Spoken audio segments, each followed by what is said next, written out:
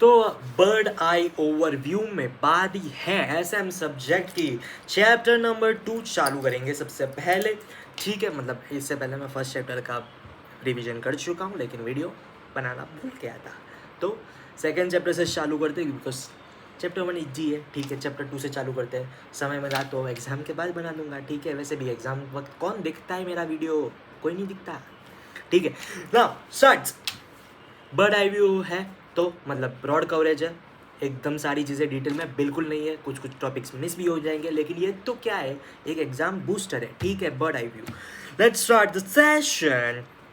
Strategy analysis, external environment, learning outcomes. By the end of this chapter, you should be able to understand why external environment is critical in strategic analysis. काय को वो external environment क्या है, critical in strategic analysis. Identify the key elements of the domestic macro environment using the tools like Pastele. Learn how the position of a business in industry through effective analysis. Effective analysis करके हम पता लगाएंगे कि भाई हमारे firm की एक position क्या है इंडस्ट्री में, ठीक है। Then use Porter's 5 forces to evaluate industry competition. ये सबसे इंपॉर्टेंट चीज होने वाली है इस चैप्टर की, ठीक है। नाउ कोट ऐसे थॉटफुल कोट्स नहीं है, इसके एसएम के रिलेटेड कोट है। क्या है coat? Environmental analysis is the process by which strategies monitor settings to determine opportunities and threats to the firm. क्या है environmental analysis? Environmental analysis is the process by which strategies monitor settings, strategic monitors the settings, determine opportunity and threats for the firm, ठीक है। अब और ये quote किसने दिया? William F Glueck. Introduction, the business environment. Business constantly interact with external forces like government policies, market trends, and societal shift. Definition of business environment: all external factors influencing business operation from competitors to cultural shift. मतलब जो external factors influencing business operation from competitors to cultural shift. Culture, एक minute, ये मेरे को 2 बार पढ़ना पड़ा। क्या है भाई? बिजनेस डेफिनेशन, बिजनेस एनवायरमेंटल की डेफिनेशन क्या है? All external factors influencing business operation from competitors to cultural shift. Okay, मतलब कि बिजनेस के एनवायरमेंट का क्या है सीन कि एक्सटर्नल फैक्टर्स जो बिजनेस को शिफ्ट करने में, मतलब कल्चरल शिफ्ट में, एक कहते हैं ना, क्या करते हैं, इन्फ्लुएंस करते हैं बिजनेस ऑपरेशन को। जो कॉम्पिटिटर्स जो होते हैं वो एक कल्चरल शिफ्ट करने के लिए इन्फ्लुएंस करते हैं। Why understanding external matters, why understanding the external matters, business can recognise opportunities. recognize opportunities, example emerging markets and threats, opportunities and threats। emerging market और threat क्या है? new regulation helps in aligning strategies with external trends, ensuring long term success। अपन क्या demand करते हैं? long term success का लिए, ठीक है। external trend को और अलाइनिंग, हमारी स्ट्रेटजी को और एक्सटर्नल ट्रेंड को अलाइन करके एक लॉन्ग टर्म सक्सेस के लिए हम आगे बढ़ते हैं। एनालॉगी, हाँ इसमें वही लिखा है मैंने। Think of business environment as the atmosphere around the organisation layered with the influences like politics, economy, technology and more. टेक्नोलॉजिया। Strategic analysis. What is strategic analysis? A structured process to assess internal and external factors का assess करने के लिए जो एक structured process होता है, इसे हम क्या कहते हैं? स्ट्रेटेजिक एनालिसिस कहते हैं। Aimed for gathering actionable insights for strategic planning के लिए हम एक्शनेबल इंसाइट्स जो गैदर करते हैं, उसके बाद क्या करते हैं? उससे क्या कहते हैं? स्ट्रेटेजिक एनालिसिस, ठीक है। उसके बाद why is it important mark हो जाता है थोड़ा। इन्फॉर्म्ड डिसीजन मेकिंग, क्या है? Inform decision making, risk mitigation, competitive advantage. Inform decision making क्यों हो जाता है वो चीज़? Strategies are built on facts not just intuitions. मतलब हम स्ट्रेटेजिक फैक्ट्स के बेसिस पे, ऐसे मेरी गट फीलिंग के बेसिस पे अपन स्ट्रेटेजिक नहीं बनाएंगे। जो फैक्ट्स के बेसिस पे हम, जो फैक्ट्स होंगे उसके बेसिस पे ही हम स्ट्रेटेजी बनाएंगे। Risk mitigation identifies uncertainties, prepares responses. मतलब रिस्क का आभास होना, मिटिगेशन, ये वर्ड इंपॉर्टेंट है, की वर्ड है रिस्क मिटिगेशन, मतलब कि रिस्क का आभास होना और उसके लिए एक प्लान तैयार करना, यानी कि identifies uncertainties and prepare responses, कैसे रिस्पॉन्ड करेंगे हम। Competitive advantage helps business adapt changes faster than competitors, मतलब कि बाजू वाला बदले उससे पहले हम कैसे बदल जाए, ठीक है, उसको क्या बोलेंगे कि भाई हम जो बनाएंगे ना वो सबके बस की बात नहीं, ये हमारा कॉम्पिटिटिव एडवांटेज है, ठीक है लाला। की कंपोनेंट्स, एक्सटर्नल एनालिसिस, की कंपोनेंट्स क्या है भाई, स्ट्रेटेजिक एनालिसिस के एक्सटर्नल एनालिसिस और इंटरनल एनालिसिस और स्ट्रेटेजिक फिट, ठीक है। Identifies opportunities and threats, external क्या करता है, अपॉर्चुनिटी और थ्रेट ढूंढता है, और इंटरनल क्या करता है, हमारा कंपनी का रिसोर्सेज देख के हमें क्या बोलता है कि भाई ये तुम्हारा स्ट्रेंथ है, ये तुम्हारा वीकनेस है, ठीक है। उसके बाद strategic fits combines both analysis to ensure strategies align with business context, ठीक है। तो सबसे पहले एक्सटर्नल एनवायरनमेंट क्या बोलता है, भाई ये तेरे लिए थ्रेट है, ये तेरे लिए एडवांटेज है, एडवांटेज ले ले लाला, थ्रेट से बच के रही हो। और उसके बाद इंटरनल में क्या बोलता है कि भाई ये तेरे स्ट्रेंथ है, ये तेरी वीकनेस है, ठीक है, डन डन डन। उसके बाद आता है स्ट्रेटेजिक फिट, के इन दोनों को कंबाइन करके अलाइन करके क्या बोलता है कि भाई ये तेरा प्लान है बिजनेस कॉन्टेक्स्ट के लिए, ठीक है, डन है। उसके बाद आते हैं लिमिटेशन पे, कॉम्प्लेक्सिटी और time consuming process. Complexity offers many options, does not indicate which is the best, और time consuming process slow down the decision and delayed action, मतलब हम छोटे छोटे डिसीजन से पहले अगर स्ट्रेटेजी बनाने जाएंगे तो भाई एक्शन कब लेंगे, डिसीजन कब लेंगे, वो डिले हो जाता है इसलिए, ठीक है। और कॉम्प्लेक्सिटी की भाई तेरे लिए इतने सारे ऑप्शन है, अब चूज कर कौन सा बेस्ट है, अरे भाई कैसे करूँ, तू मेरे को जो बेस्ट हो वो देना, वो बोल रहा है अरे बेस्ट है, ऑप्शन दिया, अब तू चूज कर, तू तेरे लिए कौन सा बेस्ट है, इसलिए ये कॉम्प्लेक्सिटी क्रिएट करता है, ठीक है। Steps to strategic analysis, identify environmental factors identify करो, as political, economic, social, technological, legal, economic factors, ठीक है, डन है भाई। उसके बाद अंडरस्टैंड इंटरनल फैक्टर्स कौन कौन से हैं, resource, capabilities, market position. External में कौन कौन सा था, सबसे पहले political, economic, social, technological, legal, economic, ये पेस्टले है और कुछ नहीं है। और इंटरनल में क्या होता है, तेरे पास कौन कौन से रिसोर्सेज है, तेरी कैपेबिलिटी क्या है और मार्केट में पोजीशन क्या है, डन। उसके बाद evaluate strategic alternatives, compare options, choose best path forward. उसके बाद मतलब क्या बोलता है कि भाई इवेल्यूएशन स्ट्रेटेजिक अल्टरनेटिव्स, भाई इतने सारे ऑप्शंस हैं, वो इवेल्यूएट कर और तेरे लिए जो बेस्ट है वो चूज करके उस पर आगे बढ़, ठीक है। अग्निपथ आगे बढ़। Visual representation, external analysis identifies opportunity and threat. External क्या आप आइडेंटिफाई करते, दूसरी बात आ रहा है भाई, एक्सटर्नल म्हणजे काय, एक्सटर्नल म्हणजे अपॉर्च्युनिटी और थ्रेट, इंटरनल म्हणजे काय, स्ट्रेंथ एंड वीकनेसेस, और कंबाइन क्या करता है, तुम्हारा शेप करता है, क्या शेप करता है, विजन, मिशन, गोल्स और स्ट्रेंथ, ठीक है, कंबाइन करके ये विजुअल रिप्रेजेंटेशन ऐसा डायग्राम के यहाँ पे मैंने बनाया हुआ है। Business and the external environment, micro versus macro environment, micro environment किसकी बात करता है लाला, माइक्रो एनवायरमेंट है।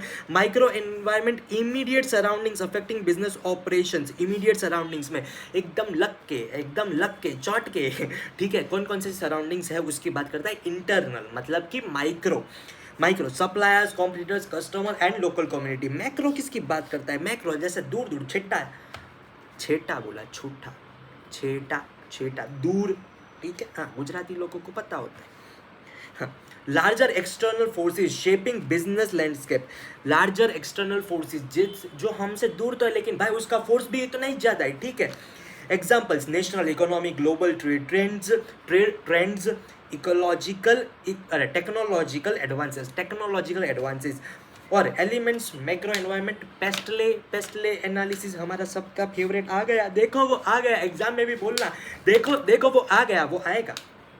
फेस्टल एनालिसिस क्या करता है? A framework to analyse 6 critical external forces affecting business, political, economical, social, technological, legal. Economic हो गया तो क्या आएगा? एनवायरमेंटल आएगा।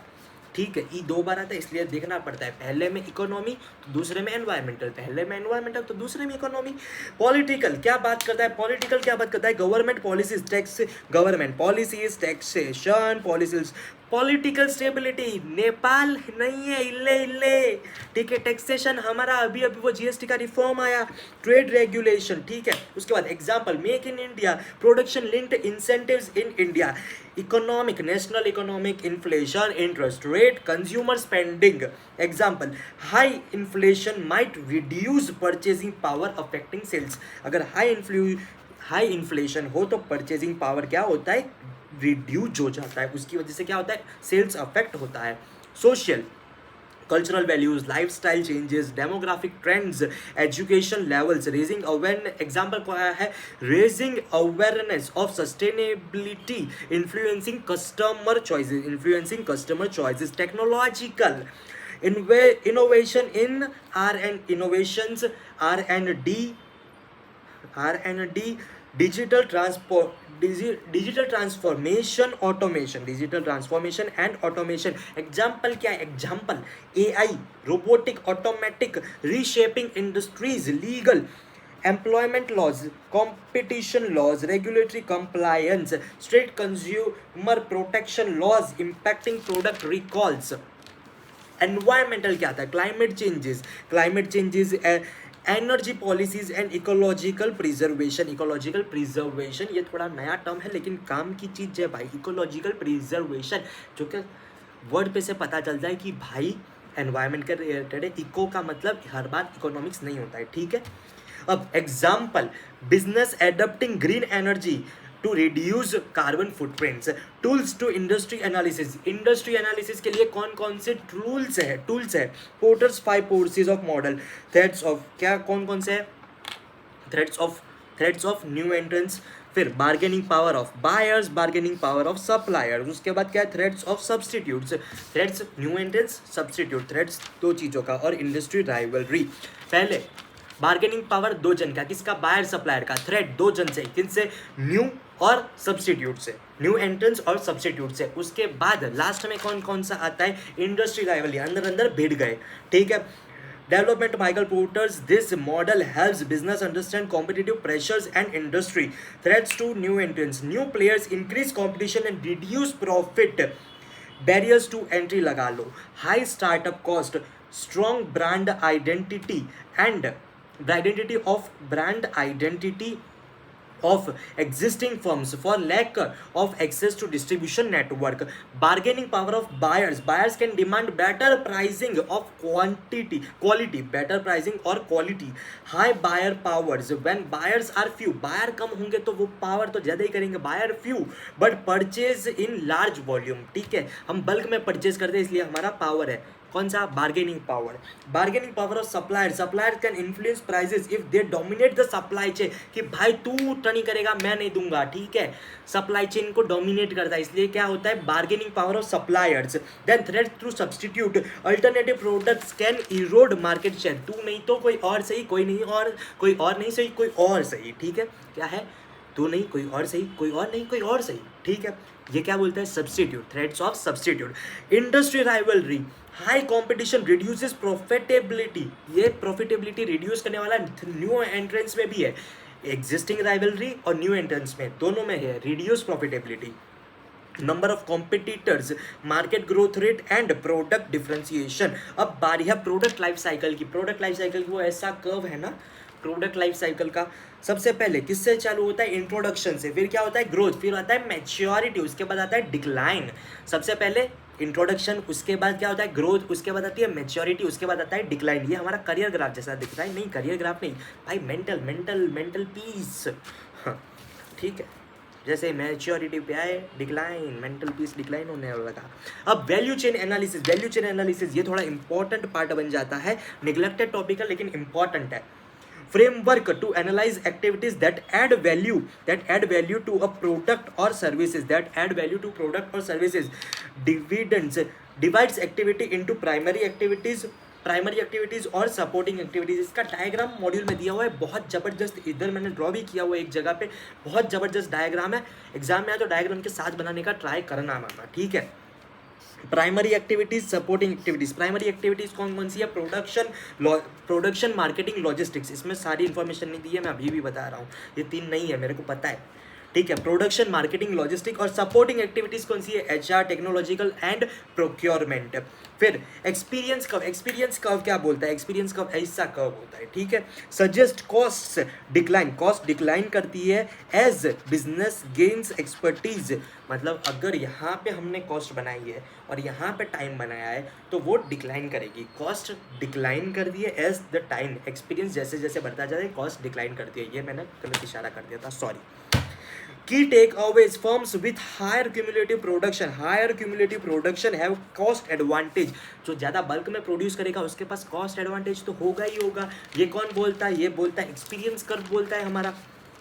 Competitive strategy: business compete to customers and resources within their industry. For होगा, हाँ मैं वही सोचूं, विथ नहीं आता, फॉर कस्टमर्स। मतलब मैं बताता हूँ, इसके लिए बढ़िया एग्जाम्पल है मेरे पे, एक second. Business compete for customers and resources within their industry. Strategies should focus on cost leadership and differentiation. Cost leadership पे या फिर डिफरेंशिएशन पे फोकस करो, ठीक है। Offering lower prices by minimising cost. ये कौन सा है? कॉस्ट लीडरशिप, कॉस्ट रिड्यूस करते हैं, कॉस्ट लीडरशिप करते हैं। और differentiation, providing unique value through superior quality and innovations. तो ये क्या हो गया? डिफरेंशिएशन। और अगर लो प्राइसेस पे हम बेचते हैं, offering lower prices by minimising cost, तो ये क्या हो गया? कॉस्ट लीडरशिप हो गया। अब वो बिजनेस कंपीट करते हैं कस्टमर और रिसोर्सेज के लिए। माणिक चौक, गुजरात में रहते हो तो, अहमदाबाद में रहते हो, माणिक चौक सुना होगा। माणिक चौक जाओगे ना, कस्टमर जैसे ही आए ना, यहाँ मेनू पकड़ाएंगे। ऐसा हर एक सिटी में ऐसा कोई ना कोई जगह पे होगा। जैसे आए ना, ऐसे हमारे यहाँ तो वो क्या कर रहे हैं? compete कर रहे हैं कस्टमर के लिए, ठीक है। रिसोर्सेज, पीछे जहाँ से बैक हैंड उनको माल मिलता है, मतलब जो उनका जो रिसोर्स होता है, जो सप्लाई चेन कंट्रोल करता है, उसके अंदर भी कंपटीशन चलता है कि भाई मैं इतने में लूँगा, भाई मैं तेरा इतना क्रेडिट पीरियड। तो वो compete करते हैं किसके लिए? किसके वास्ते? हम लोगों के, हम कस्टमर्स के लिए वो लोग झगड़ते हैं, compete करते हैं, ठीक है। इसी के साथ खत्म होता है इसमें से, लेकिन ये इंपॉर्टेंट चैप्टर है, बाद में मॉड्यूल से देख लेना। और वो वैल्यू चेन एनालिसिस बनाना, डायग्राम इंपॉर्टेंट है, क्वेश्चन इंपॉर्टेंट है, ठीक है। डन, बाय बाय, जय श्री कृष्ण, हर हर महादेव, बाय बाय।